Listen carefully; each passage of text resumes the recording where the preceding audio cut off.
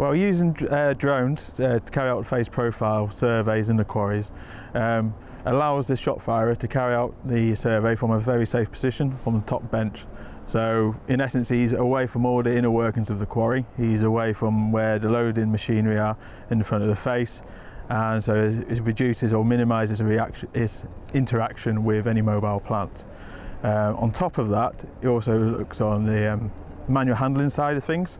Whereas before, traditional laser profiling methods, shot firers would have to carry a set of tripods as well as a laser profiler, which is quite a heavy piece of equipment, over which can normally be uneven ground as well if it's working in an active working area. So that eliminates all of those hazards by operating a drone safely from a bench away from all the mobile plants.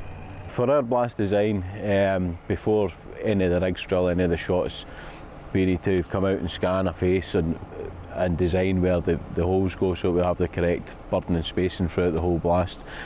Not every face is just straight, you have cut-ins here and there.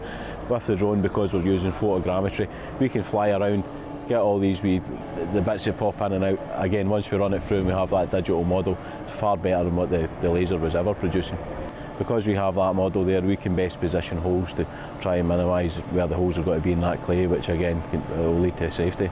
We spray up some ground markers, which we pick up with a GPS system, and then we can fly our drone for the safety up here. It's taking us away from where the machines are working. Also, when we're coming onto blast areas, these blast areas are prepared before we come on, so we know that they've took out all the ruts and the ground's level, so we don't have any slip strips or falls. Throughout EPC we have 26 drone pilots across the country. We use a company called Drone Pilot Academy who come down, and there is a classroom aspect which is 4 days, but prior to that you need to get some flight experience as well, which me as a drone pilot, if there's a trainee coming on, I can take him out and get him a bit of flying experience and then get him up to speed when he's ready to go and do the course. And of course there is an exam at the end of that, a written exam as well as a flight test as well. We also need to do a risk assessment before any flight. So we need to go on and check the weather forecast for a start, make sure that we've got all the kit we need to come out and fly as well as check our NOTAMs, which is giving you information of what's happening in the skies. Throughout this whole process with the drone and having our technology with the software and everything over there, it's all round, it's making the whole blast design process a hell of a lot safer than what it was when we were using the lasers before.